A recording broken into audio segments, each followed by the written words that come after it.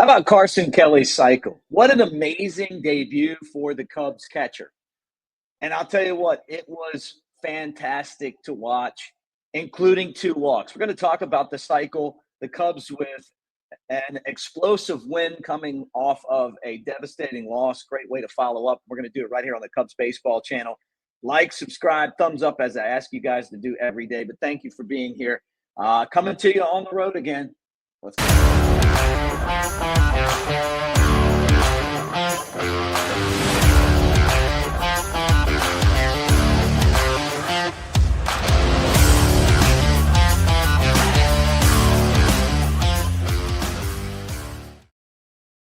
What do you say, guys? Mick Gillespie, Cubs Baseball Channel. Make sure you like, subscribe, thumbs up. I'm going to repeat myself, but thank you for being here as we talk Cubs on a daily basis. And you can follow me at Broadcaster Mick. All right, Carson Kelly with one of the coolest moments in baseball, and that's when a guy hits for the cycle. And for the Cubs playing in Sacramento against the soon-to-be Vegas A's, I guess we call them the Oakland A's now. I mean, they're the Sacramento A's, whatever A's they are. Eventually, they're going to be in Vegas, where I just came back from last week. And, I always kind of felt like the A's were like a 4A team. Now they're playing in Sacramento's minor league ballpark, and it kind of gives you the feel that they are a minor league team. And the Cubs also scored 18 runs on 21 hits to just 3 of the Athletics. So you hope. Buddy Bailey, who was a longtime instructor for the Cubs, used to worry about games like this because he would say, Mick, guys get really tired when they got to run the bases, they got to hit, they're just on there all the time. It's hard when you don't do that normally. Normally you got to hit or two. You got 6 hits in the game, you're tired the next day. He'd always worry that's my Buddy Bailey voice. He'd always worry that the team would be tired the next day because they ran so much, they hit so much, like they would be gassed.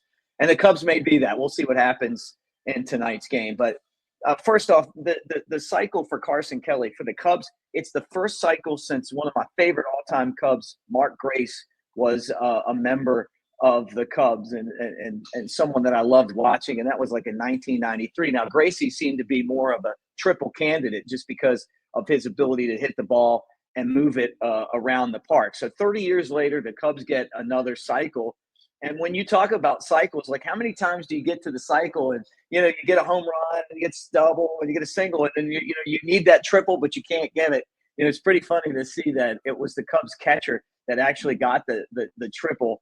And there were some stats that kind of went along with this. So it's been fun kind of seeing all of the stats, that were kind of punctured last night. The fact that it was, 32 years since the Cubs had their last cycle with Mark Grace. And that was something that our friend Jesse Rogers pushed out. And Jesse said, too, that it was the first cycle in Cubs history in March. And then it was the first cycle for a player in a new stadium, in the stadium's first game, rather. So, I guess technically, even though it was a minor league park where the River Cats played, now it's where the A's play. It's a major league stadium, even though it's really not. So that's in there too, right? So pretty funny to think about that and kind of the significance that Carson Kelly had for the Cubs, right? So pretty funny,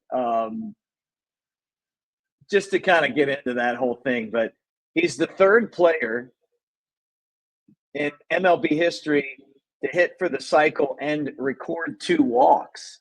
That came from, I believe, the Chicago Tribune.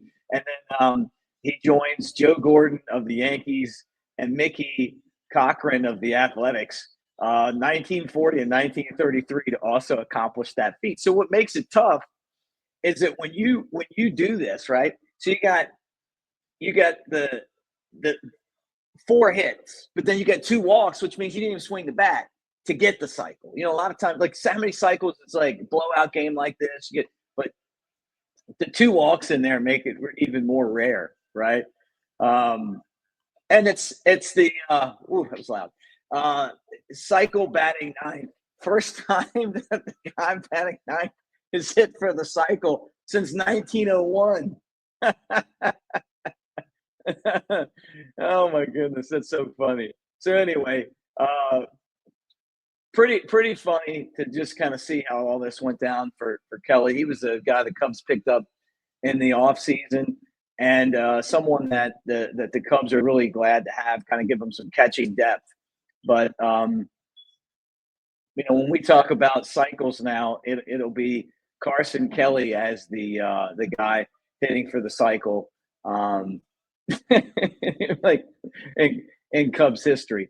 I thought it was a big win for the Cubs. Obviously, the 8-run bottom of the 8th against Arizona was awful.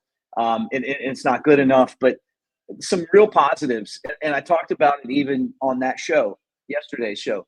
Kyle Tucker is becoming. I mean, look, you gave up a lot to get him. He's got to perform. Like you talk about, put all your chips in. Cubs have put a lot of chips in on him, but he's doing it, man. I mean, he is a force in the lineup, and he's making everybody else better. I think it starts with him. Dansby Swanson, off to a pretty good start. I still feel like he's the most important guy on the team, but save some of the runs for the rest of the series, because it's not the games where they score runs. It's the games where they don't score runs that bother me the most. Their ability to manufacture runs or get in the, maybe hit a home run when they need it. A lot of people talking about these bowling pin baseball bats. Apparently the Cubs have some of those. I'm probably going to do a show on it.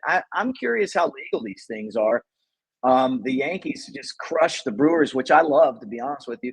But with these bowling pin bats, and if you haven't seen them yet, basically they've moved all of the bulk of the bat to wherever the player's sweet spot is. So basically it makes that bat like a weapon for that particular player. It's custom made for that player. I don't know if Major League Baseball is going to ban these or not. I'm definitely curious about it. But if I was MLB, I'd probably stay out of the way because it's producing more offense. And I think that's been one of the biggest issues that the game has had is offense. People want to see home runs. They want to see contact. They don't want to see a bunch of strikeouts. So there's a way to do it with these brand new style baseball bats.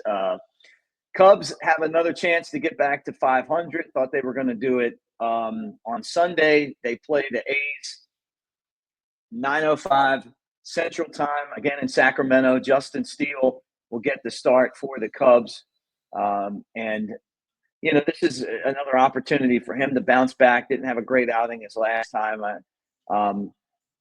He'll be facing the A's Luis Severino. So again, that being tonight. Cubs on the by the way, are the favorite in this game.